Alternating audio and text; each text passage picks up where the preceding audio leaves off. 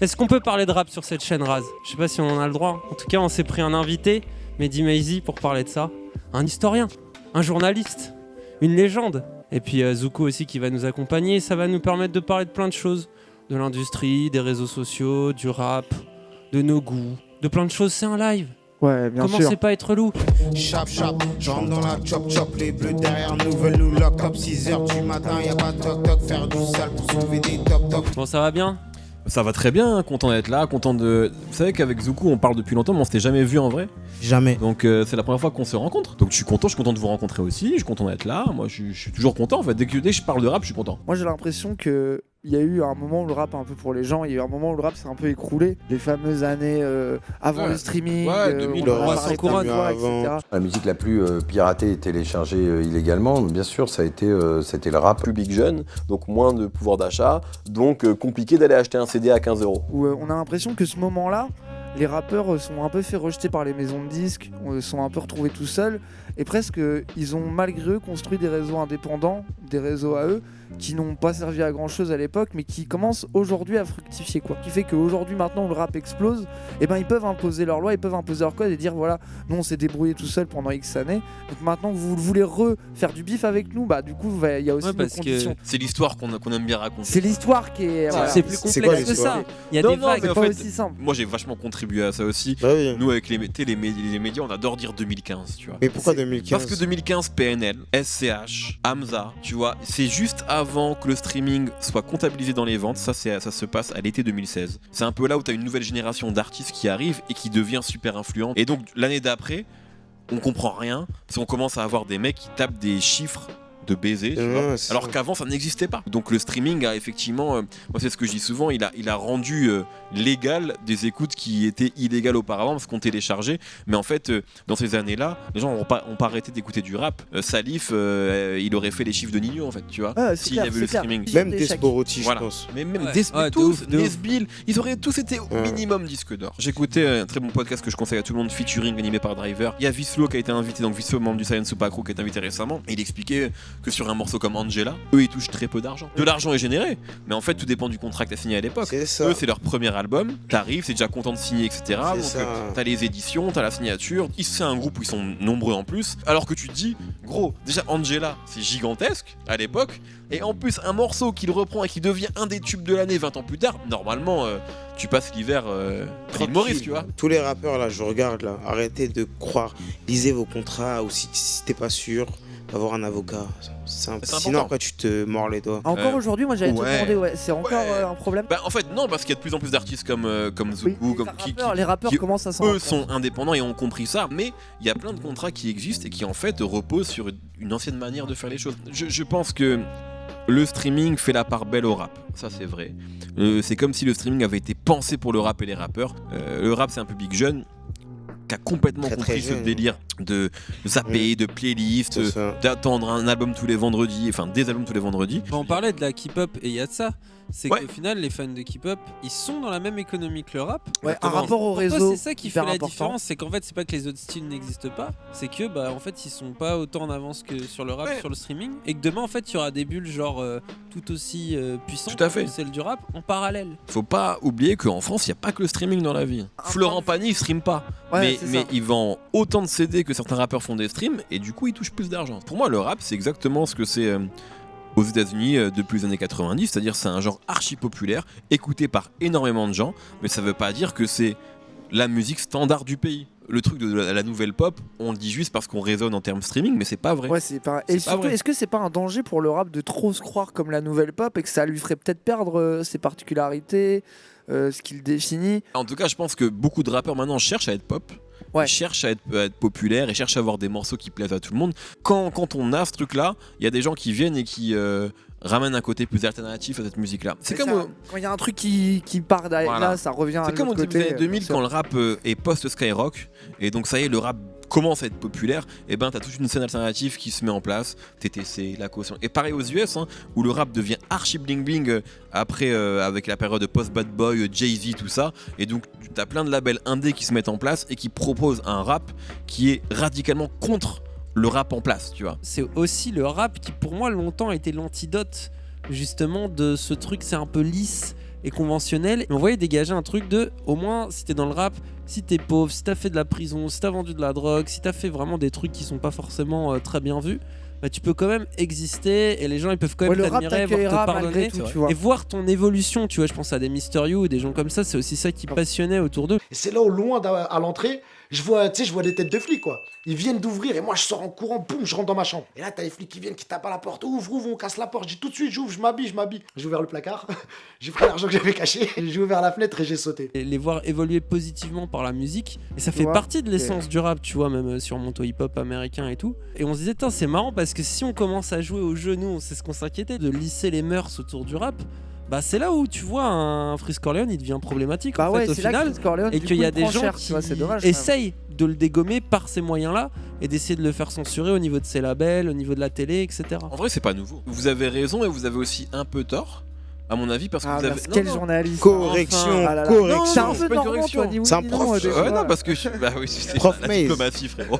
Tu peux venir dans le rap avec le pire des casiers judiciaires, peu importe en fait. Tant importe. que c'est le talent qui va parler, c'est la musique qui va parler. En revanche, l'extérieur a toujours essayé de conformer le rap et de justement de gommer le côté subversif du rap. Peut-être que par contre la question se pose maintenant dans le rap. C'est le Moi cas. je pense aussi. Tu vois, est-ce que maintenant des rappeurs se censurent eux-mêmes? Ça, il faudrait leur poser la question à eux. Bah. Et alors que c'était peut-être pas le cas avant, tu vois. Aussi, le rap est beaucoup plus guetté qu'avant. Il y a plein de marques qui veulent travailler avec des rappeurs. Et avant ça, moi, ça m'a déjà posé la question. Bon, Mehdi, Ouais, gens qui il travaillent m'énerve. pour des marques, Il m'énerve, ok, on aime beaucoup ce mec-là. Ils savent pas du tout, ils ont jamais écouté ce mec-là. Hein. C'est Ils l'aiment bien parce qu'ils ont vu 300 000 followers, etc. Par contre, est-ce qu'il y a des trucs border? Et peut-être que les rappeurs, du coup, pour ne pas se j'espère. fermer de Se- porte, ouais, tu vois, c'est- se posent la question. Il faut jamais oublier que bien sûr que c'est opportuniste. Bien sûr que si demain une marque elle vient voir Zoukou, Exactement. c'est parce que Zoukou c'est un rappeur et qu'il est cool. Il faut juste le savoir. Exactement. Si tu le sais, Et tu deals avec eux. Mais ils font pas du mécénat. Moi, l'important, c'est pas se faire manipuler, quoi. Je vais devenir un grand san pour le restant de ma vie. C'est sûr qu'avec Pop ça non c'est moi toute la vie. T'as la qui elle t'a gueule, t'as cru t'étais qui. T'avais les manettes en main mais sans percer pas Atari. J'ai l'impression qu'un média il peut te faire percer. Une exposition ça aide, mais moi j'ai pas le pouvoir de faire percer qui que ce soit. Sincèrement, c'est pas moi qui fais percer les gens. Franchement, je pense que aujourd'hui le public il est autant informé que moi. Je pense que les médias aujourd'hui sont beaucoup moins prescripteurs, en tout cas dans le rap, qu'ils l'ont été à un moment. Moi tous les jours je dis j'aime bien ça, c'est pas pour autant que les gens sont disque d'or derrière. Hein. Les gens même des fois ils te donnent un surpouvoir au truc là, genre là récemment nous on a fait clic. Et puis c'est sous-estimé aussi. Nous, on aime bien mettre un signe égal entre un philosophe et un rappeur et dire que les deux pensent en fait. Et, Ouais. on trouve ça hyper intéressant. Pas de les- forcément de la même manière. Il y a toujours eu ce débat. Voilà. Poète et philosophe ne pensent pas les mêmes choses, d'ailleurs se détestent parfois. Mais qu'au final, c'est ça qui nourrit la pensée. Il y a plein de gens qui m'ont dit ouais, ça va vous faire monter T'as de ouf percé. les follow, mais ça se voit pas du tout en Bien termes sûr, de absolument pas. stats. Peut-être tu peux pas genre aider à faire connaître un artiste, et de toute façon c'est bien la preuve, il y a des artistes qui sont immensément connus et d'autres moins, mais au-delà de ça il y a vraiment ce truc aussi de valider un peu, tu vois, Ouais, c'est et ça. que c'est une sorte de label De de fou. qualité. T'as des trucs comme ça qui sont des cases en fait qui lorsqu'elles sont cochées t'ouvrent pas forcément des choses, tu vois, en termes de following immédiat. Par contre, le fait que vous ayez fait clic, dans 6 mois, dans 1 an, il y a quelqu'un qui va parler de vous à je ne sais qui, à une marque, à une Bien chaîne, sûr. ils vont taper votre nom, ah ils ont fait clic. Tu sais, c'est comme un artiste, et il y a des gens qui sont bookés en festival uniquement parce qu'ils ont une chronique dans les Inrocks. je vais faire la deuxième de couverture des Inrocks la semaine prochaine. 3 jours après être allé au bureau, on m'a booké pour faire un Rockocène. Ah ouais, d'accord. Mais c'est comme Ah ça. oui. hein. Est-ce que le plus important, c'est d'avoir un succès, de percer vite ou de travailler longtemps? Percer vite, c'est pas mon délire. Si t'es pas prêt. Taffe ton truc. Bah ouais, et puis tu peux pas être prêt parce que Taf, tu vas te taf. prendre des trucs dans la tête. Même tu regrettes, je pense, Nekfeu et tout. Moi, je me rappelle tout justement, on parlait d'un 995. Eux, j'avais vu une fois, ils disaient un truc du genre où on a percé trop tôt, nos trucs un peu nuls ont été connus trop. Du coup, c'est un peu dommage. Ça doit être chiant en tant qu'artiste quand ce que t'as fait au début où t'étais en train de tâtonner, si c'est ce pourquoi t'es connu, ça peut autant t'enfermer, ça peut être un regret et tout. Ouais, je pense que ça dépend aussi de. Tout le monde ne veut pas avoir la même carrière en fait. Il y a des gens peut-être qui vont se satisfaire d'un succès rapide. Moi, je tairai son nom. Moi, un artiste populaire en interview, en off, m'avait dit pourquoi je vais faire des concerts? Je vais faire des showcases. Je prends Makishta devant des gens bourrés à 3h du matin, je fais un playback. Je m'en fous, 4 et morceaux c'est et ça mieux. dégage, Et ouais. peut-être que dans 5 ans c'est fini, mais là j'amasse. Voilà, c'est une question de comment tu te positionnes, tu vois en fait. Qu'est-ce que tu veux faire? Pour moi, si Et tu les l'as deux choisi, existent. c'est cool, hein. Il y a des mecs, tu dis vas-y, écoute, ils font du rap là parce que c'est à la mode, mais c'est pas grave en fait. S'ils Ouais. ont un truc à faire, s'ils font un morceau, s'ils mettent une douille, qu'ils la mettent, tu vois, Qu'ils la qu'ils aillent mettent. prennent leur avance, qu'ils aillent. Bien sûr. il y a plein de rappeurs qui se lancent dans le rap en se disant bah, c'est une possibilité de faire de l'argent. Ouais. Ce qui n'était pas le cas il y a 25 ans. Le rap n'existait pas en tant qu'industrie de cette manière-là, donc tu faisais du rap par passion. Aujourd'hui, tu fais du rap parce que t'aimes ça, mais aussi peut-être parce que tu te dis, vas-y. Il y a un bon billet. J'ai vu ton interview avec la Laïs Ouais. sur le code, et justement, j'aime bien un Ouais. moment, elle a une réflexion assez marrante. Je me dis qu'être en avant, c'est pas bien. Parce que c'était pas à l'heure, en fait, tu vois ce que je veux dire? Et les gens, ils peuvent pas comprendre, tu vois. C'est bien d'être dans le bon temps. Et elle a dit, ouais, mais j'étais trop en avance. Ouais, l'important, c'est ça d'être qui à est l'heure. C'est difficile. marrant comme idée, ça. Ouais, En j'ai fait, trouvé tout cette dépend de idée ce que tu intéressante. veux en fait. Parce que tu peux être, ça peut être lourd d'être en avance, mais voilà. Après, tu peux te dire, vas-y, ben, c'est pas grave. J'aurais été précurseur ou tu Parce vois. que et c'est pas un ça. drame. C'est un choix, c'est un en choix. fait, et C'est un mais choix. du coup, tu peux être un roi sans couronne dont on parlait. C'est pareil dans toute forme artistique, ou tout ce que tu fais, même dans le C'est taf. le travail, dans c'est toute bien, c'est un œuvre, travail. etc. ouais. Est-ce que tu veux être tu vois, je sais pas, tu peux très bien toi dans ton taf, je sais pas, t'es architecte, t'arrives, tu proposes une idée de, je sais pas moi, d'immeuble, et ben ton boss il va pas la capter. Parce que c'est pas la tendance du moment. Et 5 ans après, il y a un mec qui fait la même chose que toi. Et là, T'étais en avance. Ouais. Donc peut-être que tu dis ouais, moi j'étais en avance. Peut-être tu peux avoir ce truc de fierté personnelle. Mais en vrai, il s'avère que ton truc il n'existe pas. Et lui, il était là au bon moment. Et c'est là, il a Exactement. peut-être eu l'intelligence que t'as pas eu, toi, de Ouais, puis donner même, le bon il peut truc. te- au C'est juste ce bon qu'il a timing. fait. hein. Il peut te Il l'a regarder fait. et éviter de faire les erreurs que tu fais, tu vois. C'est les kamikazes. La dernière fois, on s'est dit ça avec Fred. On est tombé au bon moment. Nos grands, c'est pas vraiment nos grands, mais on respecte grave tous les mecs du Ghetto Fabulous Gang, tu vois. Sean, tout ça, c'est nos gars, tu vois, c'est nos grands. Moi, il m'a déjà expliqué, tu vois, plein de fois, de comment ça se passait avant. Tu te réveillais, t'allais vendre ton CD. Ça a été une stratégie Ils ont, payante à leur plus époque. charbonné que nous. Mais ça veut pas dire qu'ils ont C'était pas la même plus époque. de thunes que nous. Hein. Nous, comme Freezy le dit, il fait ses trucs, ça stream, ça rentre Même quand son je dors, je fais de PayPal. l'argent. C'est vrai. Hein. Ça fait 1 an que je travaille plus. En fait, j'arrive même pas à remercier qui, je sais pas qui, quoi. Ouais, mais Je tu remercie le vis Dieu comme une chance de ouf, c'est et- normal. Bon, voilà, c'est ça, je remercie Dieu et tout ce qui a fait que voilà, j'en suis là aujourd'hui, tu vois. Et j'ai tapé une petite phase, genre de 1 semaine, parce que bon, j'ai signé un bon truc. En fait, j'étais pas satisfait. Pendant que t'es petit, genre, t'es conditionné à aller à l'école, tu vois, à faire de belles études, pour au final avoir de l'argent. Donc, depuis qu'on est petit, on est conditionné à ça, en fait, tu vois. Mais quand t'as ce truc-là que tu cherchais, quand l'argent il est là, tu vas voir que tu vas vite redescendre, frère. C'est trop nul. Enfin, c'est bien. Tu fais plaisir à qui t'as envie de faire plaisir. Au bout d'un moment, quand vous allez avoir cet argent-là, vous allez vous dire ah ouais, c'est cool, mais c'est pas ça. C'est pour ça qu'il y a des milliardaires, ils se butent. Ils se suicident. C'est pas ça qui donne du sens à ta vie. quoi. Trop pas. Moi, maintenant, je me suis juste dit, c'est les souvenirs qui restent. Je peux citer Oxmo Puccino. Allez, let's go. Il y a que les souvenirs qui tiennent debout. qui tient debout, c'est tous ces souvenirs. Y a que les souvenirs qui tiennent debout. Aujourd'hui, je gagne bien ma vie. C'est pas être riche, tu vois, mais Ouais, moi, ouais. je gagne bien ma vie. Ça veut dire qu'en fait, aujourd'hui, effectivement, bon, il y a plus de restaurant, mais si je veux aller au restaurant, je le fais. Si je veux aller en vacances, j'ai cette chance-là, je le fais. Et pour moi, c'est ça. Être riche, c'est être libre, en fait, tu vois. Et libre, ça peut être extrêmement riche financièrement et faire ce Est-ce que que si tu par veux. exemple le rap n'avait pas du tout. Imagine le rap n'avait pas pris en France. Ouais. Et que t'étais la même personne, le même buté de rap, mais que tu devais faire les choses, bah, pas, voilà, y a pas Apple, y a pas tout. Ouais, le même travail pour un T'es SMIC, obligé de le être faire un peu en galère. squat, par exemple. Quand je décide en 2013, je suis en CDI dans une boîte qui fait du conseil en assurance. Il y a eu une opportunité de faire un switch, tu vois. Il y avait genre zéro sécurité derrière. Et je me souviens très bien que mon dernier jour dans la boîte, je parlais avec un gars, il me dit mais tu vas gagner comment ta vie? Je fais je sais pas en fait. Mais donc c'était pas l'argent qui m'animait à ce moment-là. Et surtout, au bout de quelques mois où j'ai commencé à faire ce que j'aimais, je me disais mais jamais je retourne dans mon job d'avant, quitte à devenir faire un job alimentaire mais qui me plairait davantage. Effectivement, j'ai eu de la chance, on en parlait en antenne, sur le fait que je suis arrivé au moment où le rap a pris. Donc c'était pas une question d'argent. J'ai une anecdote là-dessus. J'interview 1995, tout début 2011, et à la fin de l'interview, les gars ont un point en commun avec moi, c'est qu'ils sont fans de Danny Dan. Et je me souviens qu'à la fin, t'as Reno Jazz qui est là qui fait putain, mais on va être sur la BSTR comme Danny et tout. Je fais oui, évidemment. Et je me souviens de Nekfeu qui, dans l'interview, dit un truc du style mais moi, si je peux toucher un SMIC avec le rap, Je suis très bien. si j'ai l'opportunité de faire du rap un début de job, je le fais. Et donc moi, c'était exactement ça. Tu vois, j'étais prêt à complètement mettre de côté, c'est ce que j'ai fait, mes études, tout ce pourquoi j'avais bossé avant, pour en être, tu vois. Et ce truc-là m'avait marqué parce que je me suis dit, bah, c'est ça la mentale en fait, tu vois. La maison est derrière, le monde est devant, différents sentiers, j'en prends de temps en temps. Combien de temps reste-t-il avant la fin des temps? J'aimerais que le temps m'attende, mais il n'a pas mon temps. Parce qu'après, tu rentres trop dans la matrice et c'est chiant en vrai. T'es tout le temps là à te montrer ou à essayer de te comparer aux autres. C'est qui a les plus beaux vêtements? Bon, je dis ça, mais je suis totalement dedans. Hein. Mais comme tu réfléchis quand même. Quand tu arrives chez toi, Alpha One, il prend le métro. C'est un refrain. Il a tout compris. Il Mais prend le d'ailleurs, métro. dans la Dundada mixtape, il a ce truc de revenir un peu presque. C'est ça. Il bade un peu sur ça en mode en vrai les sables j'ai forcé. Enfin, à quoi ça sert? Il est où le sens? Mais parce qu'il est passé, il est passé par là. Dans la vie, faut passer par. Dans la vie, faut passer par des trucs. Tu vois ce que je veux dire? Exemple bête. Moi, je bois plus. Pourquoi je bois plus? Parce que je suis passé par là et que ça me va pas. Faut se rendre compte parfois. C'est la force de l'expérience. C'est la force de l'expérience. Faut passer par. Je déteste moi les donneurs de leçons. Non, fais pas ci. En plus moi j'ai vécu au Sénégal. Du coup c'était grave ça, tu vois. Ils aiment bien parfois les gens te donner des leçons. Ils savent même pas t'es qui. Chacun fait ce qu'il veut de sa vie, mais il faut passer par des trucs pour avoir un recul et te dire que c'est pas bon pour toi. C'est l'échec qui est la connaissance, quoi. Il faut se tromper, il Totalement faut ça. faire des erreurs. Faut tomber, faut comme tomber ça. bourré. Ça, c'est quoi? C'est Tomber la phrase bourré de pour Batman, arrêter. là.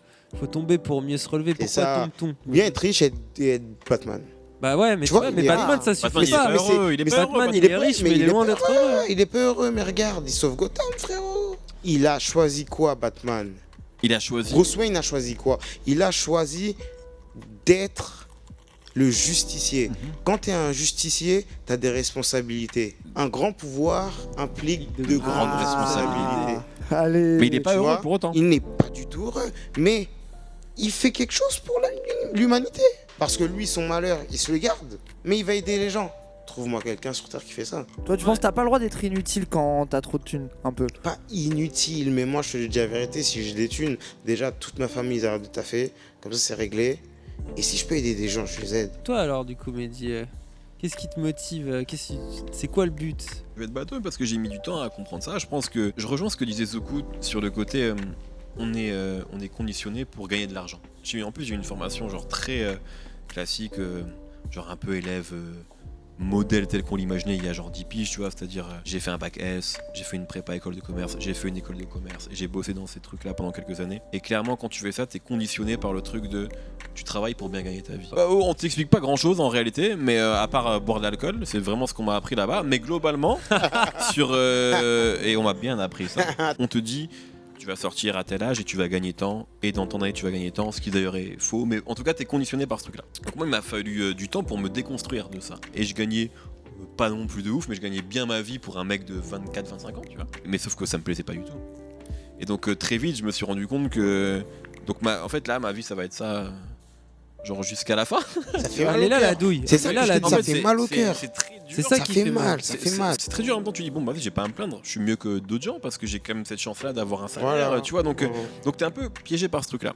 Moi j'ai eu une chance, c'est que j'ai eu une passion, ce qui est pas le cas de tout le monde. Une, j'ai eu une passion, et deux, j'ai eu à un moment l'opportunité d'en faire mon job. Après je l'ai saisi, etc., mais j'ai eu cette chance là.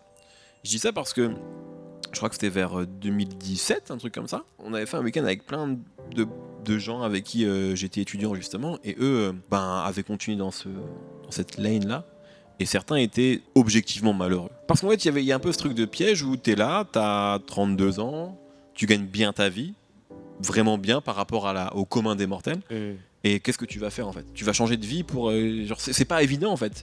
Moi j'ai été auto-entrepreneur en 2014, les 6 premiers mois je dormais pas. Mais je te jure, je dormais pas. Non mais c'est à ce point-là. Parce que tu sais, il a fallu que je me déconstruise, parce qu'avant j'avais un CDI, donc du jour au lendemain j'en ai plus, donc je sais pas quand l'argent il va tomber, tu touches le chômage au début mais c'est beaucoup moins que ce que tu touchais. Tout ça m'a beaucoup terrifié parce que j'ai pas été éduqué comme ça entre guillemets. Tu vois, à un moment je me suis posé la question, hein. À un moment je me suis dit vas-y, quand je quittais Au Calme et tout, pourquoi est-ce que j'essaierais pas de créer mon média, de créer un média et de faire bosser des gens, etc. Je me suis dit peut-être que c'est le moment de le faire. Et j'avais ce fantasme là à un moment de me dire vas-y, on va avoir mes bureaux, je vais avoir mes gars, etc. et mes journalistes que j'aime bien, et on sera... Mais c'est très dur à faire, c'est très dur de créer un média, et en plus je pense que pour avoir un média urbain, tout ce que tu veux, rap, il faut aussi être un vrai businessman, ce que je ne suis pas. Au final, plutôt que de dire vous devez être des entrepreneurs, montez votre boîte ou quoi, en fait, c'est surtout les gens, découvrez ce qui vous êtes et devenez ce que vous êtes en fait. Moi, je trouve que c'est là que nous, on aime bien le côté collectif, on travaille beaucoup en équipe, et même nous, le peu d'argent qu'on gagne, en fait, on le réinvestit vite pour ramener nos potos, un poteau à nous qui va un peu être ultra coordinateur. Il y a Marie qui est associée avec nous dans notre boîte. Ce qui est naturel, c'est de diviser, chacun est chef en son domaine aussi, tu vois. C'est que chacun a son truc de compétence, et en fait le but c'est de réussir à créer une team de gens qui ont le même objectif mais pas les mêmes compétences. Mais c'est bien, c'est ça qu'il faut. C'est ça, et ça, le rap est nat, tu vois, nous. C'est ça, par équipe. rapport à ça, nous a inspiré de ouf le bar. C'est Pas que ça soit équipe. 6-7 ou C'est même, ça. tu vois, genre toutes les grands Équipe. collectifs du rap, ça inspire Ouais, de ouf, ça équipe, donne le fameux. C'est l'équipe, c'est ça. Ouais.